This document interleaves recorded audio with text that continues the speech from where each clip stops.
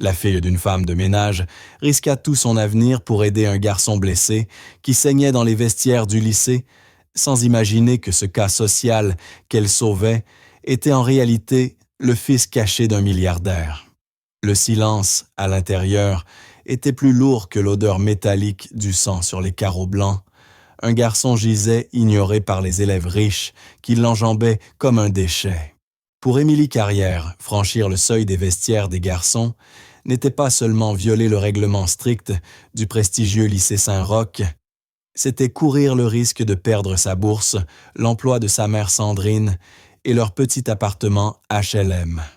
Pourtant, en s'agenouillant dans la crasse pour arrêter l'hémorragie, elle ne se doutait pas qu'elle tenait entre ses mains l'héritier secret d'un empire de plusieurs milliards d'euros, ni que ce geste allait tout bouleverser. C'était un mardi après-midi de fin novembre, et l'air du lycée sentait la cire pour parquet et la laine humide, tandis que la pluie battait violemment les grandes fenêtres du gymnase, couvrant même le grondement des berlines de luxe à l'extérieur. Émilie, 17 ans, cheveux blonds pâles, attachés en queue de cheval pratique, attendait sa mère qui finissait son service dans l'aile administrative. Assise près des vestiaires, elle révisait ses notes d'histoire invisibles, comme toujours, parmi les enfants de l'élite. En tant qu'enfant du personnel, elle dépendait d'une bourse fragile. Une seule erreur, une seule mauvaise note ou une seule plainte d'un parent influent, et elle retournerait au lycée public. « Garde la tête baissée et les yeux ouverts », murmura-t-elle répétant les mots de son grand-père, Jean-Louis Ancien, infirmier de combat en Algérie, dont la voix résonnait encore dans sa mémoire. Un fracas soudain métal, heurtant le carrelage, suivi d'un choc sourd, brisa sa concentration. Le couloir était presque vide, hormis quelques élèves amusés par une vidéo et trop distraits pour entendre ou pour se soucier de quoi que ce soit.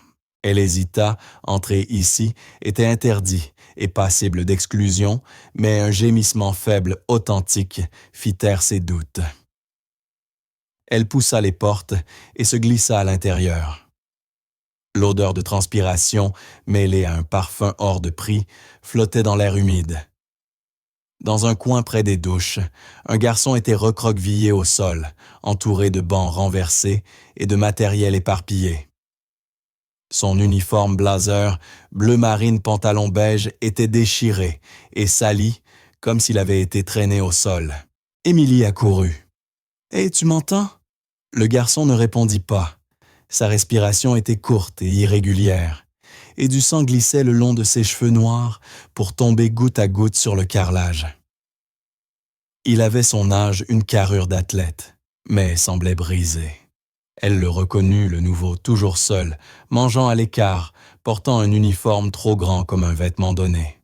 Les rumeurs disaient qu'il était un cas social accueilli pour l'image de l'école. « Je vais regarder ta tête », dit Émilie d'une voix étonnamment stable.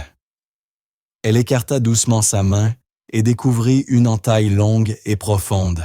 « Tu es en état de choc. » Elle retira son cardigan, le roula en coussin et le plaça sous sa tête, puis sortit son t-shirt de sport propre de son sac pour le presser sur la plaie, faute de linge stérile.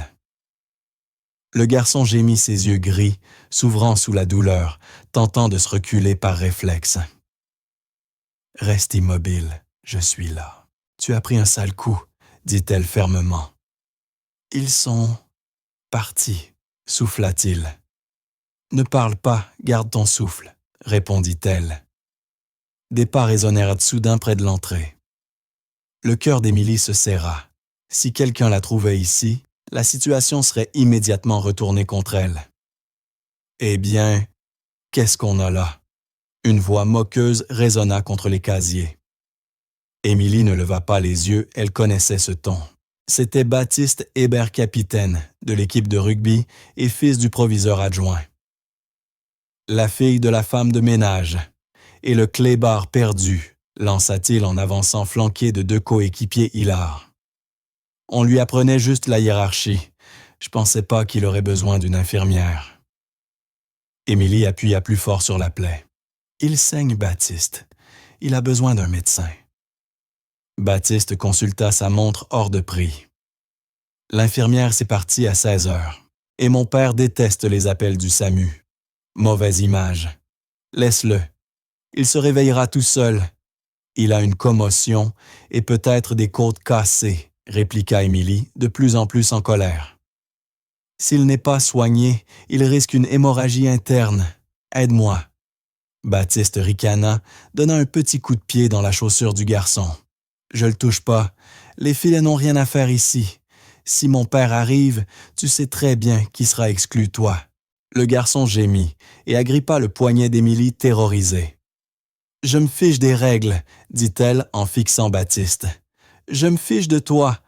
Je veux juste éviter qu'il meure au sol. Baptiste s'approcha menaçant.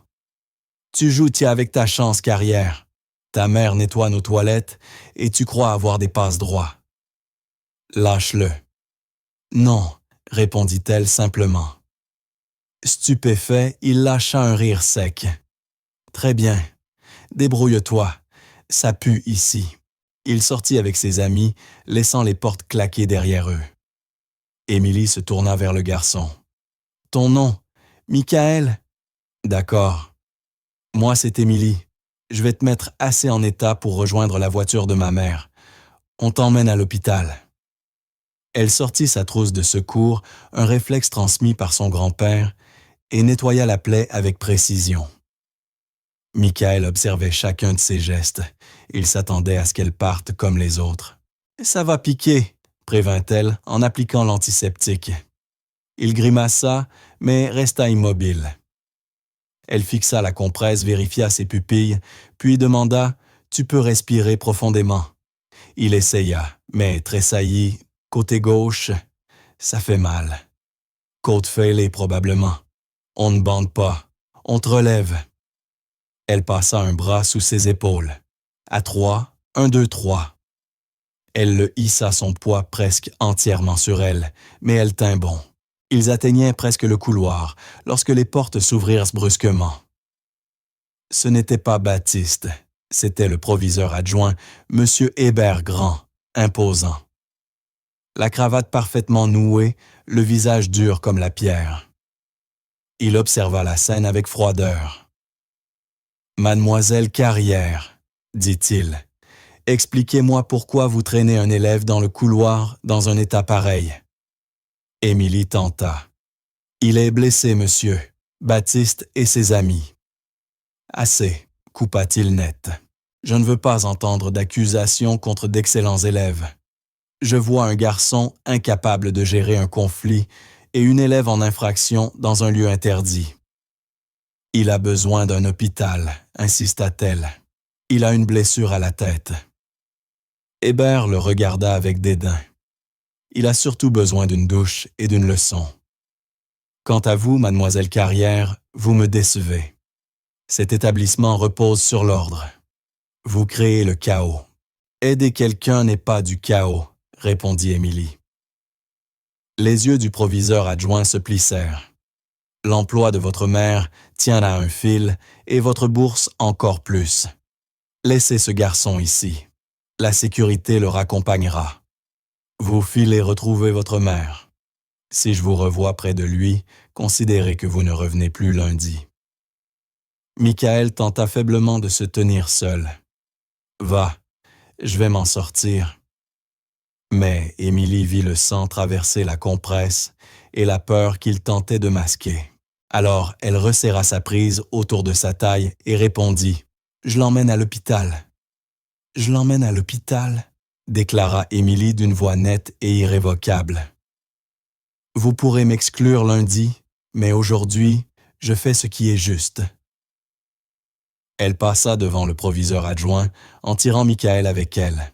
Monsieur Hébert resta figé, trop sidéré par son audace, pour réagir le visage virant au rouge furieux, tandis qu'il criait dans le couloir « Vous faites une grave erreur, mademoiselle Carrière. » Émilie ne se retourna pas. Elle fit sortir Michael par la porte latérale sous une pluie battante. La vieille voiture de sa mère attendait au bord du trottoir moteur allumé. Sandrine Carrière en sortit précipitamment blême en voyant le sang. « Émilie, mon Dieu, qu'est-ce qui s'est passé? » Ouvre la porte, maman. On doit aller à l'hôpital Sainte-Jeanne. » Ils installèrent Michael sur la banquette arrière. Émilie monta à côté, plaçant une serviette propre sur sa blessure, pendant que la voiture s'élançait dans les flaques profondes. Michael la regarda, la vue brouillée. La douleur lui déchirait le flanc, mais la chaleur de la main d'Émilie sur son épaule l'ancrerait. « Pourquoi ?» murmura-t-il. « Tu as tout perdu. » D'accord. Émilie observa à travers la vitre la silhouette du lycée disparaître unique passerelle vers un avenir meilleur. Une vague de terreur lui traversa le ventre, mais au-dessous, il y avait une certitude dure comme l'acier. « Tu n'es pas un déchet, Michael, » dit-elle doucement, « et je ne laisserai pas les autres te traiter comme si tu l'étais. » Michael ferma les yeux. Alors que l'obscurité l'emportait, il ne pensa pas à la douleur, mais à la fille à la queue de cheval blonde qui avait défié un géant pour lui. Il glissa une main tremblante dans sa poche, effleurant le téléphone discret qu'il gardait éteint depuis des semaines. Il n'avait pas la force de le sortir, mais il fit un vœu silencieux s'il survivait. Émilie Carrière ne s'inquiéterait plus jamais pour une bourse. Pour l'instant, la voiture fonçait dans la nuit, emportant la fille d'une femme de ménage affolée et l'héritier secret d'un empire milliardaire loin du seul monde qu'ils avaient connu. Le trajet jusqu'à l'hôpital Sainte-Jeanne se déroula dans un flou de vitres ruisselantes et de balais d'essuie-glace luttant contre la tempête. À l'intérieur, la tension remplissait l'air. Sandrine conduisait en serrant le volant de toutes ses forces, les jointures blanchies. Elle ne criait pas, ne sermonnait pas, ce silence lourd était pire que tout. C'était celui d'une femme, comptant mentalement l'essence restante et les jours de nourriture dans le placard. À l'arrière, Émilie maintenait la pression sur la plaie de Michael, la serviette maintenant lourde et chaude. « Reste éveillé, Michael, » souffla-t-elle. « Parle-moi, n'importe quoi. » Il cligna des yeux, tentant de combattre la fatigue. Une douleur sourde lui traversait les côtes, chaque nid de poule, l'emplissant d'éclairs brûlants. « J'aime bien ta voiture, » mentit-il faiblement. « Elle sent la vanille. Elle sent surtout les produits d'entretien et les vieux sièges, » répondit Émilie avec un sourire triste. « Maman achète des désodorisants à la vanille en gros pour masquer l'odeur chimique. Elle dit qu'elle ne veut pas ramener le travail à la maison, mais l'odeur la suit quand même. » Michael tourna légèrement la tête pour la regarder dans les lumières de la rue. Son visage mêlait fatigue et détermination. Elle ressemblait à un soldat dans les tranchées, exactement comme les histoires qu'elle racontait. « Tu as des ennuis ?» dit-il. Ce n'était pas une question. « Je suis toujours dans les ennuis », répondit Émilie. Normalement, pour avoir lu dans un couloir ou porté des chaussettes de la mauvaise couleur. Sauver une vie est une meilleure raison que d'habitude. Dans le rétroviseur, Sandrine les observait les yeux rougis. Émilie, Monsieur Hébert, a appelé 3 fois pendant qu'on rentrait à la voiture. Je n'ai pas répondu, mais on sait très bien ce qu'il va dire.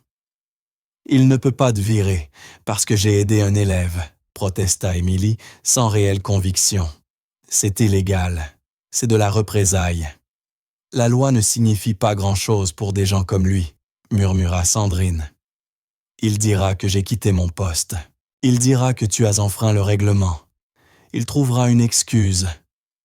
Ce travail, c'est tout ce qui nous permet de payer l'électricité. » La voiture heurta un nid de poules et Michael gémit. Émilie serra les dents. « On s'occupera de l'électricité plus tard, maman. Là, il nous faut un médecin. » Elles arrivèrent enfin à l'hôpital Sainte-Jeanne. Contrairement aux cliniques privées auxquelles Michael avait été habitué, il n'y avait ni voiturier, ni salon silencieux aux lumières tamisées. Les portes automatiques s'ouvrirent sur un chaos bruyant, un bébé qui pleurait, un vieil homme, toussant violemment, une file de patients fatigués. Sandrine se gara en urgence, puis se précipita chercher un fauteuil roulant. Ensemble, elles aidèrent Saint Michael à sortir de la voiture. Il titubait les jambes molles, mais se laissa porter par Émilie, lui accordant une confiance totale. À l'accueil, une infirmière débordée leva à peine les yeux. « Non assurance » demanda-t-elle. « Michael. » Émilie s'interrompit, le regarda. « Tu as ta carte d'assurance. » Michael hésita. Il avait une carte dans son portefeuille, une carte noire, qui alerterait en quelques minutes les médecins privés et l'équipe de sécurité de sa famille. S'il l'utilisait, son père saurait immédiatement où il se trouvait. Un hélicoptère serait envoyé, il serait arraché au lycée, enfermé dans le penthouse pour sa sécurité, et il ne reverrait jamais Émilie. Il voulait rester. Il voulait aller jusqu'au bout de cette histoire. « Pas d'assurance », répondit Michael d'une voix rauque. « Je m'appelle Michael Miller. » Il utilisa le nom de jeune fille de sa mère, suffisamment banal pour ne déclencher aucune alerte. L'infirmière soupira, tapa sur son clavier. « Très bien, monsieur Miller, allez patienter en salle d'attente, on vous appellera. » « Il a une blessure à la tête et il a perdu connaissance », insista Émilie en se penchant sur le comptoir. Son entraînement auprès de son grand-père refit surface. Il lui faut un scanner pour écarter un hématome sous-dural. Il est désorienté et ses pupilles étaient lentes tout à l'heure. Il ne peut pas juste s'asseoir. L'infirmière leva enfin les yeux surprise par le vocabulaire médical venant d'une adolescente détrempée dans un uniforme scolaire. Elle observa Michael plus attentivement, voyant la serviette imbibée de sang et sa pâleur inquiétante. « Traumatisme aussi, » dit-elle en désignant les portes. « Amenez-le par là, je vais chercher un médecin. » Émilie poussa le fauteuil roulant jusqu'à un box vide. Elle l'aida à s'allonger sur le lit étroit. « Tu connais beaucoup de grands mots », souffla Michael en tentant un sourire. « Grand-père Jean-Louis m'a fait apprendre le manuel médical quand j'avais 12 ans, » répondit-elle tout en vérifiant son pouls. Il disait « Le monde est dangereux, Émilie. La compétence est ton seul bouclier. » Il avait l'air intense. Il l'était. C'était aussi le meilleur homme que j'ai jamais connu. Il m'a élevé quand mon père est parti. Elle tira une couverture sur Michael. Il m'a appris qu'on ne détourne jamais les yeux quand les choses deviennent laides. C'est précisément le moment où il faut regarder de plus près. Un jeune interne entra en filant des gants en latex. Il examina Michael rapidement, éclaira ses yeux et palpa ses côtes. 3 points de suture pour la tête. Les côtes sont probablement contusionnées, peut-être une fissure. Tu as de la chance, gamin, 1 centimètre plus bas, et tu y laissais ton œil. Il prépara le matériel pour suturer. Je vais anesthésier la zone, ça va piquer. Émilie resta près de la tête du lit et, sans réfléchir, prit la main de Michael. Il referma ses doigts autour des siens, s'y accrochant. Il fixait son visage pour ignorer l'aiguille. « Alors, dit-il pour se distraire, qu'est-ce qu'Émilie Carrière fait quand elle ne sauve pas des chiens errants? »« Je travaille mes cours, » répondit-elle. « Je bosse le week-end dans un petit restaurant. Et je rêve d'aller en fac de médecine. Je veux devenir chirurgienne traumatologue. Je veux réparer ce qui est cassé. »« Tu le fais déjà, » murmura Michael. La procédure dura 20 minutes. Quand le médecin eut terminé, il leur donna les consignes pour les commotions cérébrales et une ordonnance dentalgique. Il peut rentrer, mais quelqu'un doit le réveiller toutes les 2 heures cette nuit. Il ne peut pas rentrer, intervint Sandrine depuis la porte. Elle avait arpenté le couloir pendant tout l'examen. Il dit que son père est routier sur une longue tournée. Personne ne l'attend. Émilie regarda Michael. C'est vrai. Une pointe de culpabilité le saisit. Son père était en réalité à Tokyo, en train de conclure une fusion pour leur conglomérat. Il n'était pas routier. Il était Richard Sterling, propriétaire d'une flotte maritime mondiale, mais le mensonge était nécessaire. « Oui », dit simplement Michael, Il n'y a que moi. Sandrine se massa les tempes, observant ce garçon battu seul, sans argent, sans personne. Puis elle regarda sa fille, qui la suppliait du regard. « On ne peut pas le laisser ici, » dit Émilie. « Il faut le surveiller. » Sandrine poussa un long soupir, comme si tout son corps se vidait. « Très bien, il peut dormir sur le canapé. Mais j'appelle les services sociaux demain matin si on ne peut pas joindre son père. »« Merci, maman, » dit Émilie, l'enlaçant fort. Ils quittèrent l'hôpital 1 heure plus tard. La pluie s'était calmée, laissant les rues sombres et luisantes sous les lampadaires. Le trajet jusqu'à leur immeuble fut silencieux, mais d'un silence différent, la panique laissait place à une réalité lourde. Ils vivaient dans un petit immeuble du sud de la ville, un endroit où l'ascenseur était toujours en panne et où les voisins connaissaient la vie des autres à travers les murs fins. Ils montèrent 3 étages. L'appartement était minuscule, mais impeccablement rangé, rempli de livres dans chaque recoin. Le vieux fauteuil de Jean-Louis trônait dans le salon. Sandrine installa le canapé avec des draps propres. « Tiens, » dit-elle en tendant à Michael un pantalon de survêtement immense ayant appartenu au grand-père d'Émilie. « Ce sera beaucoup trop grand, mais c'est propre. La salle de bain est au fond du couloir. » Pendant que Michael se changeait, Émilie prépara du thé dans la cuisine. Sandrine s'assit à la petite table, son téléphone en main, fixant l'écran. « Maman. » Émilie posa une tasse de camomille devant elle. « Il a rappelé. » Sandrine hocha lentement la tête sans lever les yeux. « Il a envoyé un message, » murmura Sandrine. « Il dit « Ne revenez pas demain. Votre dernier salaire sera envoyé par courrier. Votre fille est interdite de campus en attendant un conseil disciplinaire pour exclusion. » La pièce devint silencieuse comme une tombe. Seul le ronronnement du réfrigérateur se faisait entendre. Émilie sentit le sol se dérober sous ses pieds. Être exclue. Pourquoi? Pour avoir aidé quelqu'un, pour insubordination, pour avoir mis en danger un élève. « Il peut inventer ce qu'il veut, » dit Sandrine d'une voix brisée. « C'est le proviseur adjoint. Nous ne sommes personne. J'ai 80 € sur mon compte et le loyer est dû mardi. » Émilie tomba sur la chaise en face de sa mère. L'adrénaline était retombée, laissant un froid creux et écrasant dans sa poitrine. Elle avait fait ce qui était juste. Elle le savait, mais le prix était catastrophique. Leur stabilité fragile venait de s'effondrer. « Je prendrai plus d'heures au restaurant, » dit-elle rapidement. « Je travaillerai le soir. On peut contester l'exclusion. Je peux aller devant le conseil d'administration. » « Le conseil est rempli des copains de golf d'Hébert, » répondit Sandrine en essuyant une larme. « On a perdu Émilie. On a joué à leur jeu et on a perdu. » Michael dans le couloir avait tout entendu. Avec son vieux pantalon de survêtement et sa chemise tachée de sang, il écoutait la détresse dans la voix de Sandrine, la ruine qu'il avait apportée. Il observa l'appartement modeste, presque pauvre, mais chaleureux. C'était un foyer. Sur les murs des photos, Émilie et sa mère riant. Un vieil homme en uniforme militaire saluant dignement. Il y avait de l'amour, du vrai désordonné sacrificiel authentique.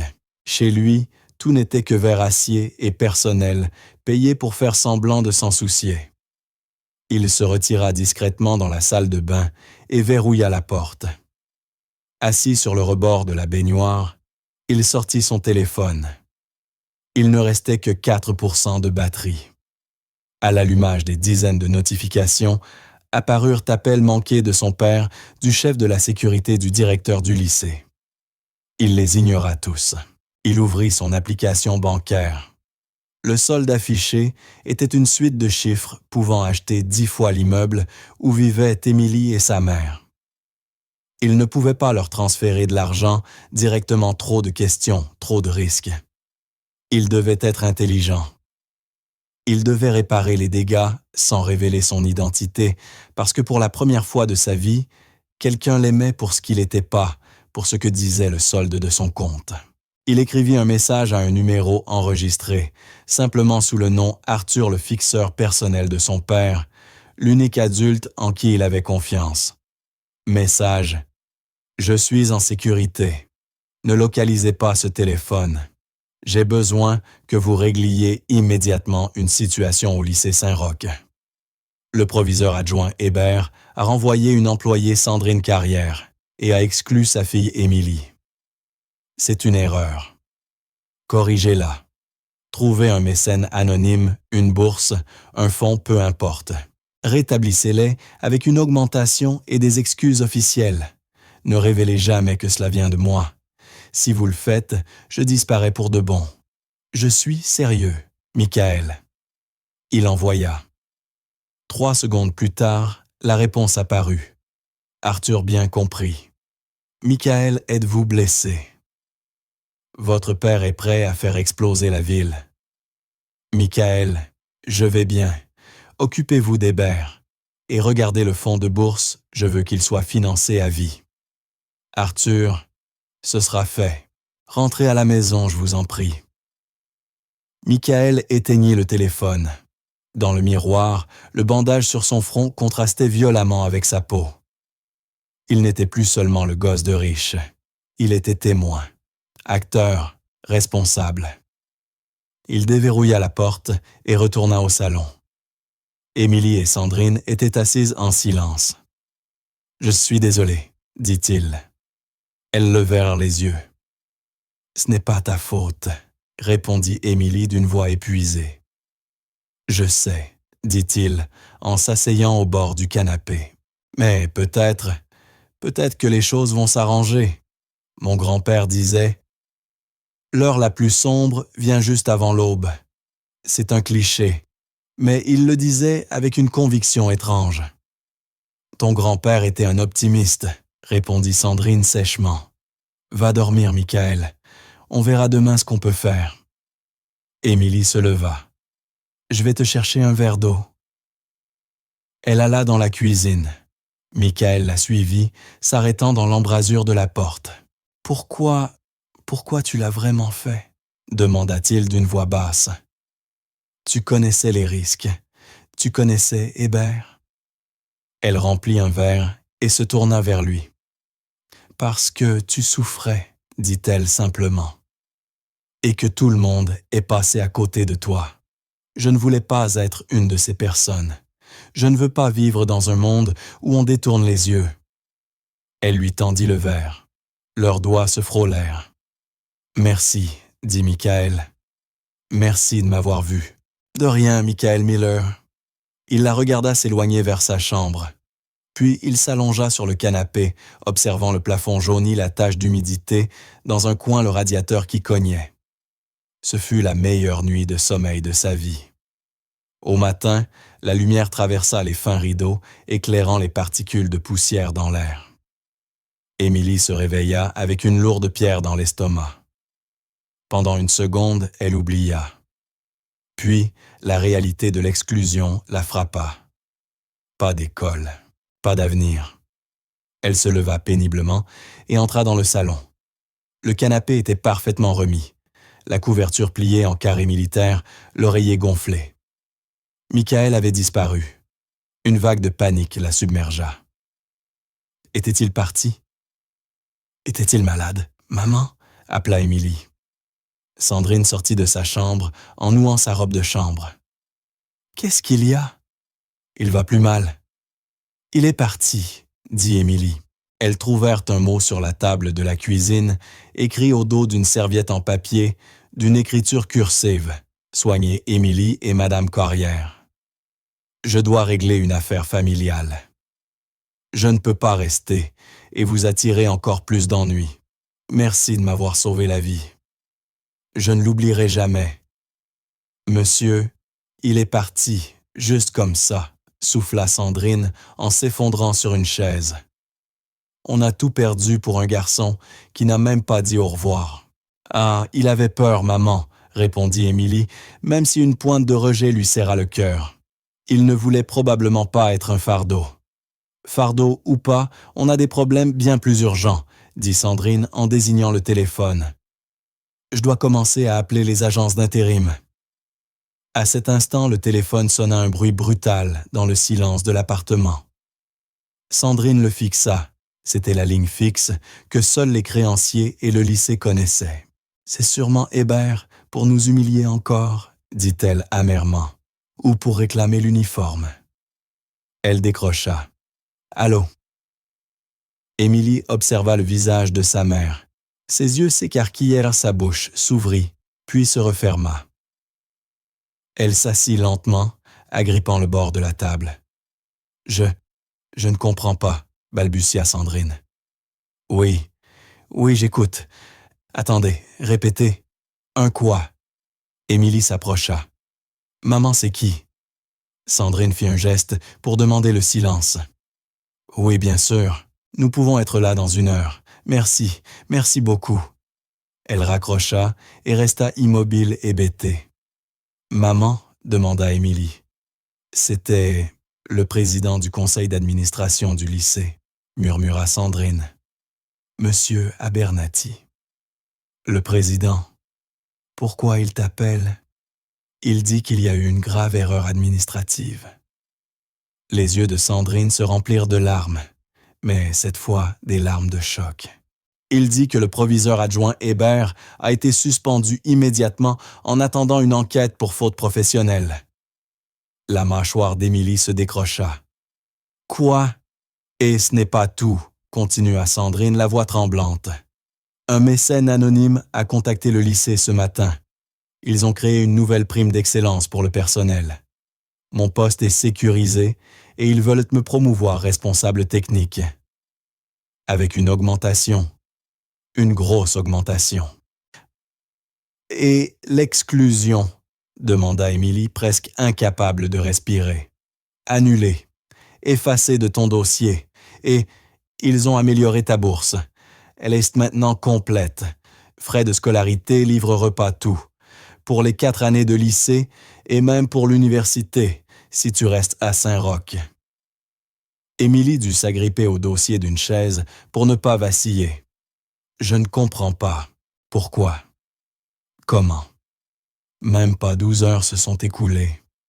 Le président a dit que le mécène avait été très clair. Il a vu un acte d'intégrité qui représentait les vraies valeurs de l'établissement. » Sandrine regarda le canapé vide où Michael avait dormi. « Tu crois que… » ?»« Non, » trancha Émilie. « Il n'avait pas d'assurance, maman. Ses vêtements étaient trop grands. Il avait peur d'appeler son père. Ça ne peut pas être lui. Alors qui? Peut-être qu'un professeur nous a vus. Peut-être que quelqu'un a entendu Hébert me hurler dessus. Peut-être qu'il reste un peu de justice dans ce monde. » Émilie regarda la serviette en papier sur la table. « Je ne l'oublierai jamais. »« On doit y aller, » dit Sandrine en revenant à elle. « On a rendez-vous dans 1 heure. Va t'habiller. Mets ton uniforme le propre. » En repassant sa chemise, Émilie n'arrivait pas à chasser de sa mémoire la sensation de la main de Michael dans la sienne. Elle était soulagée, profondément soulagée, mais aussi confuse. Les pièces du puzzle ne collaient pas, mais pour l'instant, elle avait gagné. Elle avait tenu bon et le sol n'avait pas cédé sous ses pieds. Le lundi matin, au lycée Saint-Roch, arriva avec un calme trompeur, celui qui précède un ouragan. Le campus, encore lavé par la pluie, brillait sous un soleil froid.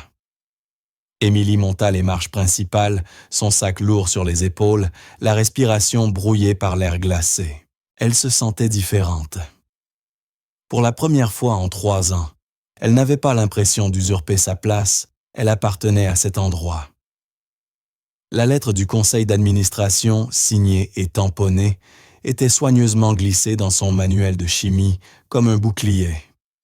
Mais l'atmosphère du lycée était étrange.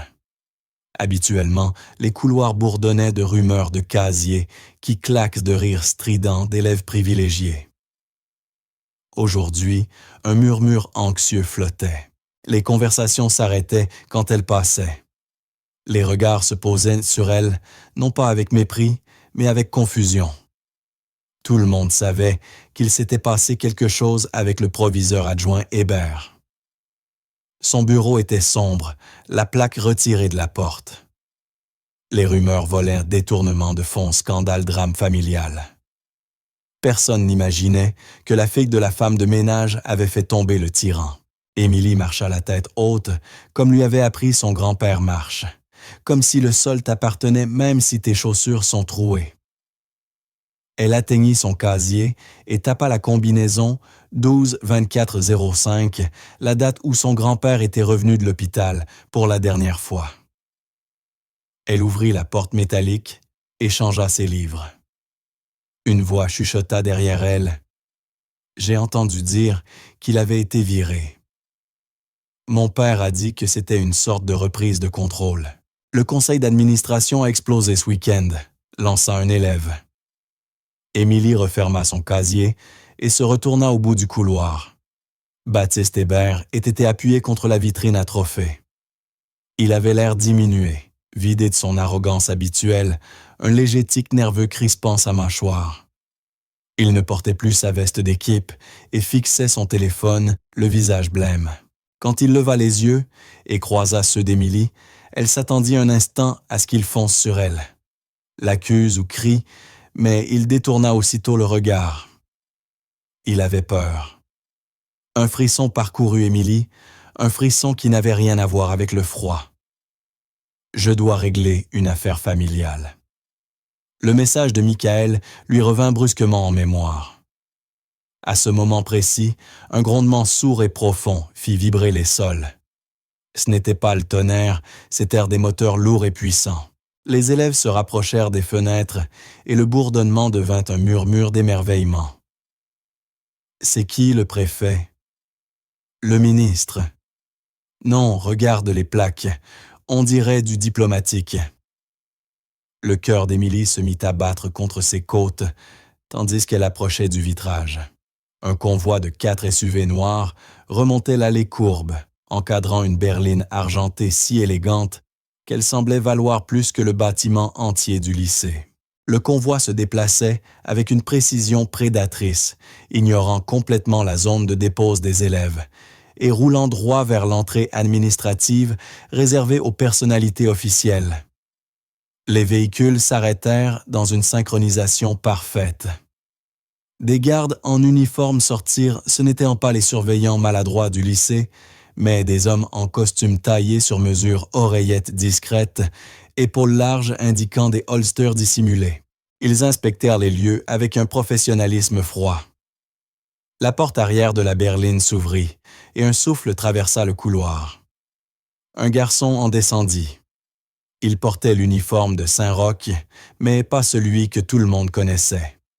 Son blazer bleu marine était coupé dans une laine italienne parfaitement ajustée. Ses chaussures brillaient comme des miroirs, et chacun de ses mouvements respirait une assurance fluide et contrôlée. Il se tourna, et la lumière accrocha son visage, c'était Michael. Mais ce n'était plus le Michael qui avait saigné sur le carrelage du vestiaire, ni le garçon tremblant qui avait bu du thé dans la cuisine d'Émilie. C'était Michael Sterling, dans sa véritable identité. La mâchoire était la même, les yeux gris aussi, mais la posture, elle avait changé. Il se tenait comme un prince, revenant réclamer un royaume volé. Une petite bande couleur chair sur son front était la seule trace visible de la nuit de violence. « Pas possible », souffla une fille à côté d'Émilie. « C'est le gamin de la bourse. » « Ce n'est pas un gamin de la bourse », corrigea un autre la voix tremblante. « C'est l'emblème des Sterling sur la voiture. C'est le fils de Richard Sterling. » Le couloir explosa dans cette région. Le nom Sterling était une royauté. Il possédait les ports, les entreprises technologiques et même les terres sur lesquelles l'école était construite. Émilie resta figée, incapable de bouger. Un mélange déchirant de trahison et de soulagement s'entrechoquait dans sa poitrine.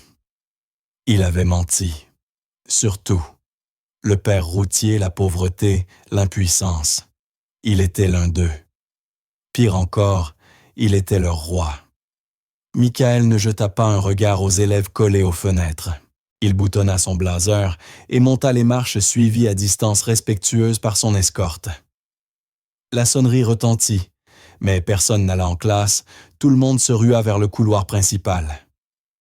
Émilie resta à sa place quand les grandes portes s'ouvrirent. Michael entra.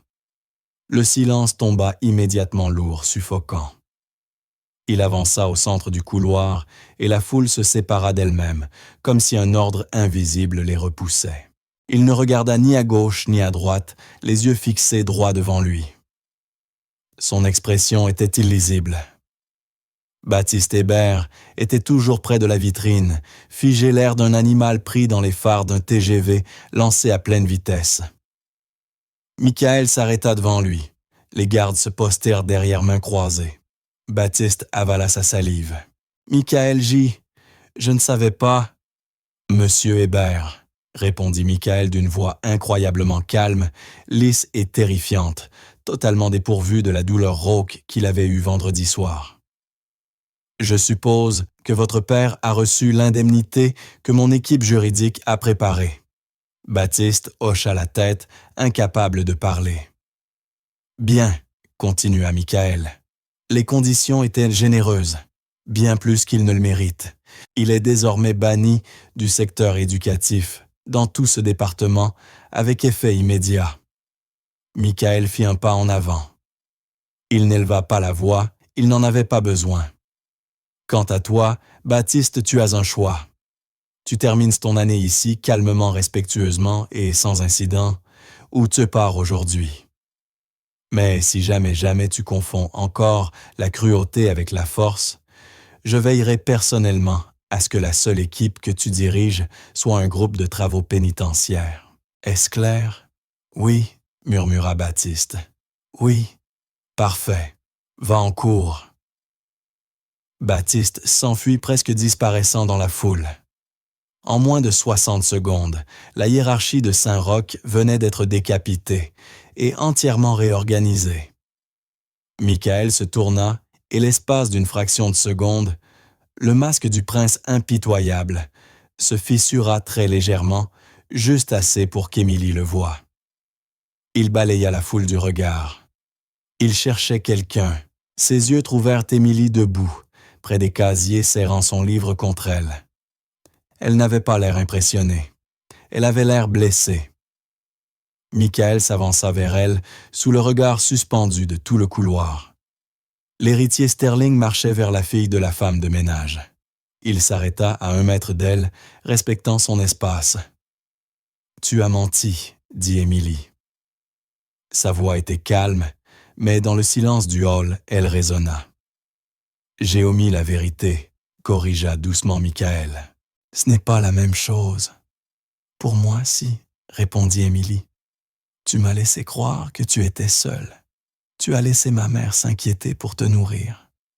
Tu nous as laissé risquer tout pour toi, alors que tu aurais pu acheter l'hôpital entier. »« Si je t'avais dit qui j'étais, » dit Michael, ses yeux gris, cherchant les siens, « est-ce que tu m'aurais aidé ou est-ce que tu aurais vu mon nom et tu serais parti persuadé que je n'étais qu'un autre Baptiste? » Émilie voulut répondre, mais les mots restèrent coincés.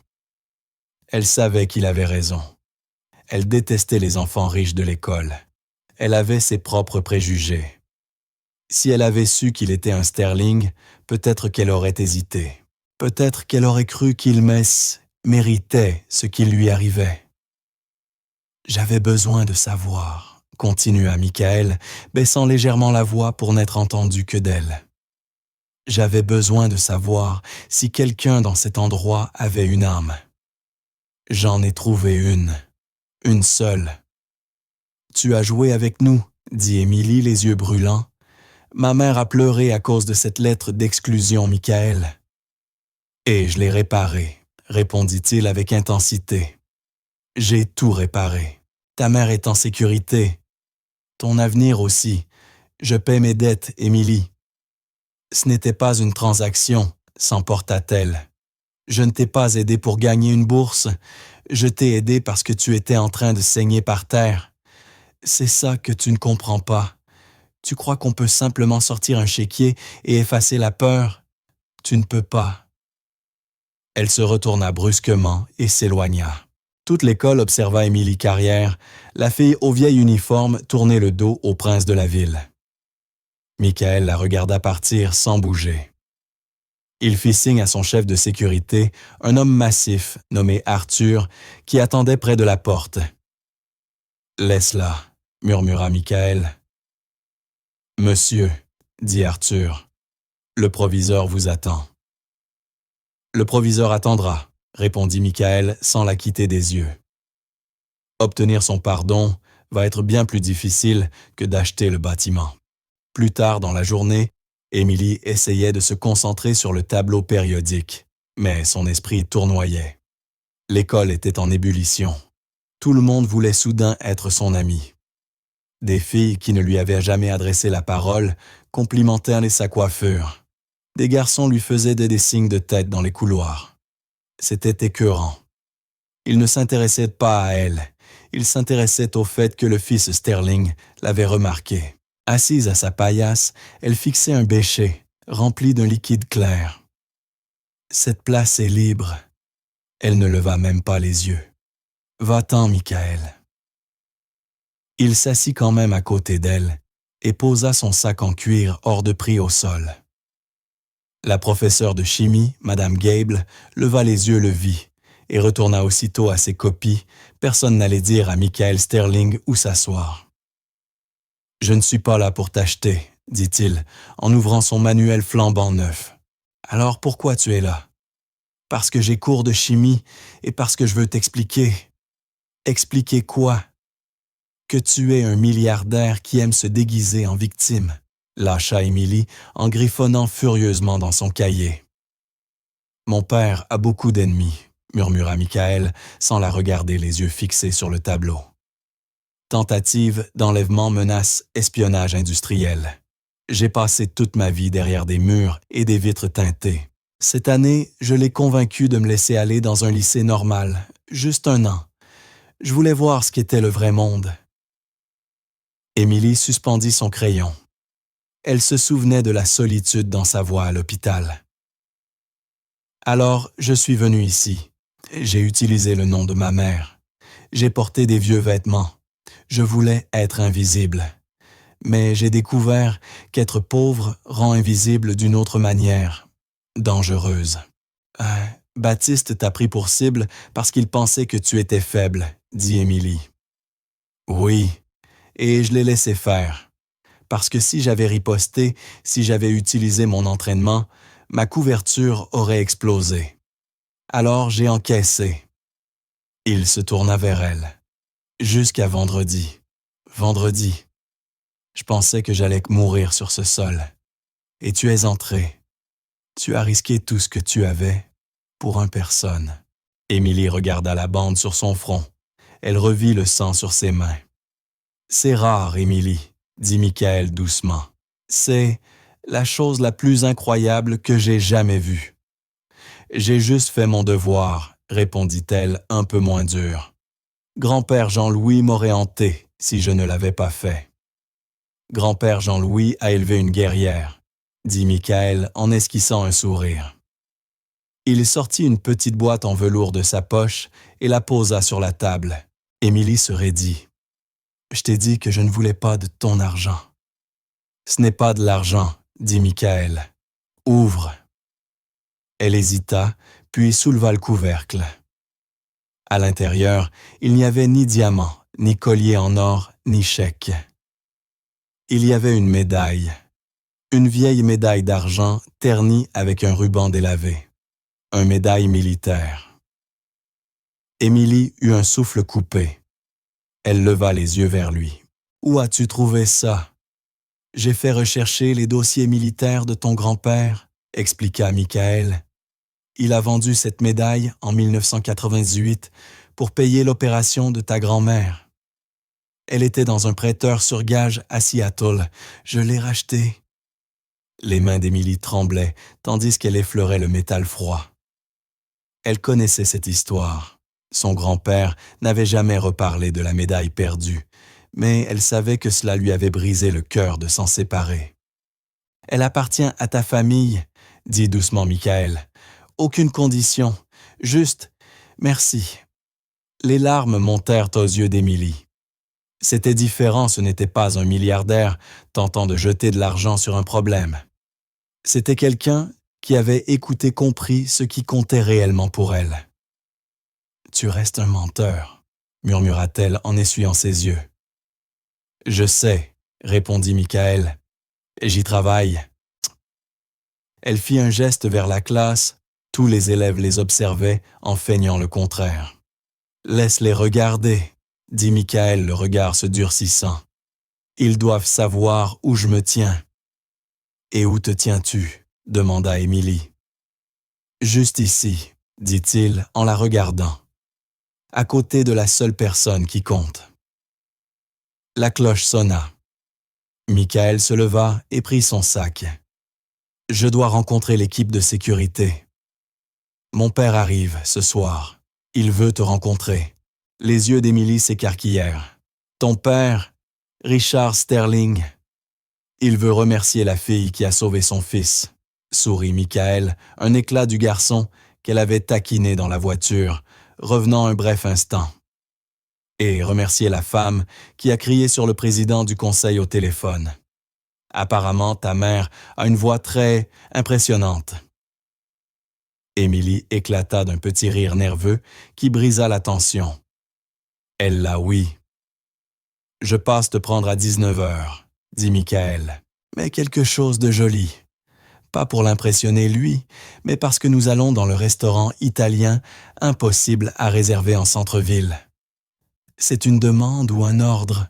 demanda-t-elle en haussant un sourcil. « Une supplique, avoua-t-il. Laisse-moi faire ça. Laisse-moi être le garçon qui t'emmène dîner. Juste Michael. » Émilie regarda la médaille dans sa main, puis le garçon qui essayait si sincèrement de combler le fossé entre leurs mondes. « D'accord, » souffla-t-elle, 19h. Mais si tu portes une cravate, je m'en vais. Michael sourit un vrai sourire qui éclaira son visage. Marché conclu. Il quitta le laboratoire, laissant Émilie avec un morceau de son histoire familiale entre les mains, le cœur battant pour une raison qui n'avait rien à voir avec l'adrénaline, et tout à voir avec ce garçon dangereux et compliqué qui venait de réapparaître dans sa vie. Le restaurant Luciel se trouvait au sommet de la plus haute tour de la ville, une aiguille de verre perçant les nuages nocturnes. Pour y accéder, il fallait prendre un ascenseur privé qui montait si doucement qu'on ne sentait presque pas le mouvement, seulement la pression de l'air qui changeait. Émilie se tenait dans la cabine aux parois de laiton à côté de Michael. Elle portait une simple robe noire qu'elle avait achetée pour un enterrement 2 ans plus tôt, accompagnée d'un gilet repassé 3 fois. Elle se sentait minuscule, pas seulement à cause de la hauteur, mais du poids de la tente qui pesait sur elle. Michael le sentit. Il ne prit pas sa main à cause des caméras, mais se plaça légèrement de biais pour la protéger du reflet du miroir. « Il va te tester », murmura-t-il. « Il teste tout le monde, les membres de son conseil, ses rivaux, même ses chefs. Ne cherche pas à l'impressionner. Sois juste la fille qui a dit ces 4 vérités à Baptiste Hébert. » « Je ne lui ai pas crié dessus », rectifia Émilie en regardant les numéros défiler. « Je lui ai juste dit la vérité. » Exactement. Les portes s'ouvrirent sur une rumeur basse et sophistiquée de cristal qui s'entrechoquent et de murmures où se mêlent affaires et pouvoir. Le maître d'hôtel ne demanda pas de réservation. Il s'inclina simplement avec un profond respect et les conduisit à une table en angle dominant tout le paysage lumineux de la ville. Un homme y était déjà assis, lisant un dossier sur une tablette, un verre d'eau pétillante, intact à côté de lui.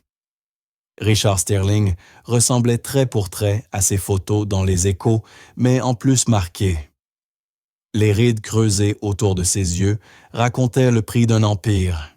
Il portait un costume qui valait plus que 10 années de salaire de la mère d'Émilie.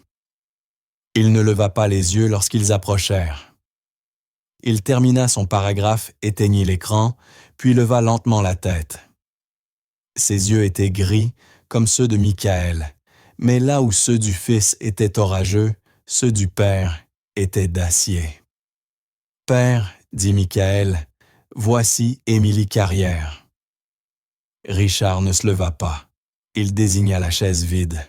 « Assieds-toi. » Émilie obéit les mains croisées dans son giron pour cacher leur léger tremblement. La voix de son grand-père résonna dans sa mémoire. « Quand tu t'assieds devant un général, garde le dos droit et les yeux en avant. Tu n'es pas subalterne, tu es citoyenne. » « Le calmar est excellent ici, dit Richard en ouvrant le menu. Mais j'imagine que tu n'en as jamais mangé. » Une pique subtile, un rappel de sa place. « Je suis allergique aux fruits de mer, » mentit Émilie d'un ton parfaitement lisse. Elle ne l'était pas, mais refusait qu'il commande pour elle. « Je prendrai le poulet rôti. » Richard marqua une pause. Une lueur d'intérêt traversa ses yeux. « Pratique. J'aime les gens pratiques, » dit Richard en tendant le menu au serveur, sans même le regarder. « Alors, mademoiselle Carrière, vous êtes la jeune femme qui a traîné mon fils dans un couloir. »« J'ai transporté un patient en sécurité, » rectifia Émilie. Ce qu'il était n'avait aucune importance à ce moment-là. « Vraiment ?» Richard se pencha en avant, les doigts entrelacés.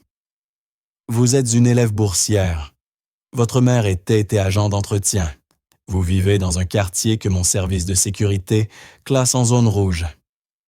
Et vous voulez me dire que lorsque vous avez vu un garçon en uniforme coûteux, vous n'avez pas vu une opportunité. » Michael voulut intervenir. « Papa... » « Silence, Michael, » coupa Richard sans quitter Émilie des yeux. « Je parle à mademoiselle Carrière. Le monde est transactionnel. Tout le monde veut quelque chose. Vous l'avez sauvé. Maintenant, vous avez une bourse complète. Votre mère a eu une promotion. Et vous dînez au Luciel. Voilà un très beau retour sur investissement pour 20 minutes de travail. » L'accusation tomba entre eux comme une gifle. Il l'appelait opportuniste. Il insinuait que sa compassion était un calcul. La colère monta dans les joues d'Émilie, pas de la honte, mais la colère blanche et pure de quelqu'un qui a raison. Elle fouilla dans son sac. Elle n'en sortit ni téléphone ni mouchoir, mais l'écrin en velours que Michael lui avait donné plus tôt. Elle en sortit la médaille militaire, la posa sur la nappe blanche, juste à côté du verre d'eau pétillante de Richard. Le métal terni semblait presque violent dans cet environnement parfait. « Savez-vous ce que c'est, monsieur Sterling ?» demanda Émilie. Richard regarda la médaille. Son expression ne bougea pas, mais ses doigts tressaillirent. « Une médaille militaire, milieu du siècle dernier. »« Elle appartenait à mon grand-père, » dit Émilie. Il était infirmier militaire. En 1951, il s'est glissé dans un cratère de mortier pour soigner un homme qu'il ne connaissait même pas. Il a pris des éclats dans la jambe qui l'ont fait souffrir jusqu'à sa mort. Il n'a pas eu de bourse pour ça, pas de promotion. Il a eu une claudication. Et ce morceau de métal. Elle se pencha égalant l'intensité de Richard. Il m'a appris qu'on aide les gens parce qu'ils sont humains, pas parce qu'ils sont rentables. Je ne savais pas que Michael était un Sterling. Je m'en fichais, il saignait, il avait peur. Et il était seul parce que tout le monde dans cette école, les gens que vous payez pour l'éduquer, étaient trop occupés à sauver leur réputation pour l'aider. Elle poussa légèrement la médaille vers lui. « Si vous pensez que j'ai fait ça pour de l'argent, vous pouvez reprendre la bourse. Vous pouvez licencier ma mère. Nous avons survécu avant vous, monsieur Sterling. Nous survivrons après vous. Mais n'insultez jamais la seule chose que je possède et que vous ne pourrez jamais acheter. » Un silence étouffant s'abattit sur la table. Même les serveurs semblaient figés. Michael regardait Émilie avec un mélange de terreur et d'admiration. Personne ne parlait à Richard Sterling comme ça. Personne. Richard examina la médaille, puis releva les yeux vers Émilie, scrutant sa robe bon marché, son menton levé, ses mains tremblantes qu'elle forçait à rester immobile. Lentement, un sourire apparut sur son visage. Pas celui d'un requin de la finance, un sourire sincère, respectueux. 1951, murmura Richard. Mon père a servi en 51 dans la 24e division d'infanterie. Mon grand-père aussi, répondit Émilie prise de court. Richard hocha la tête. Il prit la médaille, la manipulant avec une révérence qui la surprit.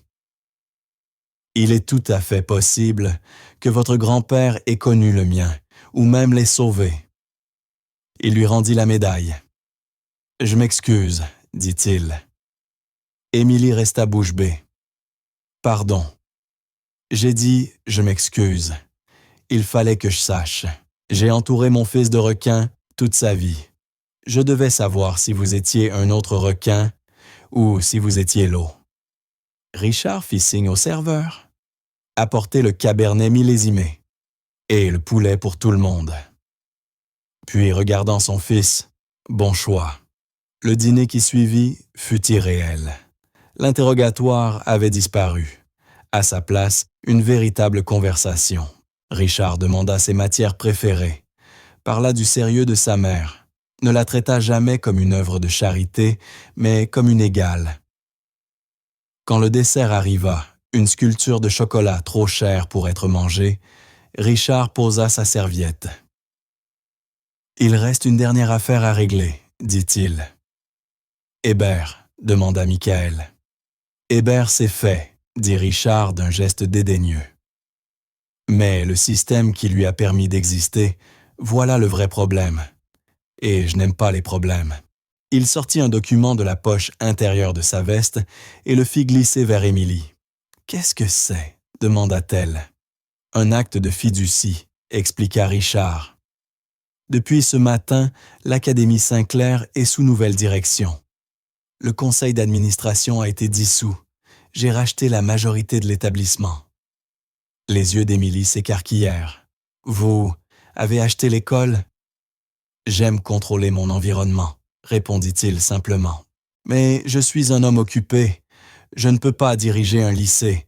J'ai besoin de quelqu'un sur place, quelqu'un qui connaît les bâtiments, quelqu'un qui voit les fissures derrière les façades, quelqu'un qui se soucie des fondations. » Il tapota le document. « J'ai nommé un nouveau directeur des opérations de tout le campus. C'est un rôle principalement administratif, axé sur le bien-être des élèves et la gestion des infrastructures. Il est payé bien davantage qu'un salaire d'agent d'entretien. » Émilie lut le nom inscrit sur le contrat. Linda Carrière. « Vous faites de ma mère la patronne ?» demanda-t-elle la voix étranglée. « Je fais de votre mère la gardienne », corrigea Richard. « Elle nettoie les dégâts là-bas depuis 10 ans. Il est temps qu'elle ait l'autorité pour les empêcher. » Puis il regarda Émilie.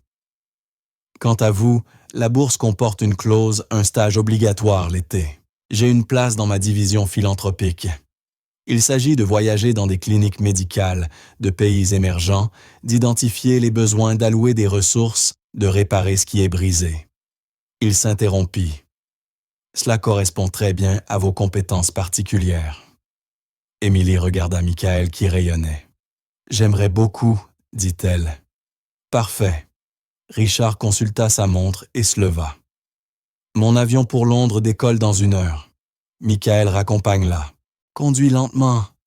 Il repleut. » Il s'éloigna sans se retourner, mais à l'instant où il atteignit l'ascenseur, Émilie le vit toucher son propre revers de veste, comme s'il vérifiait une médaille qui n'était pas là. La berline argentée glissait dans les rues baignées de pluie.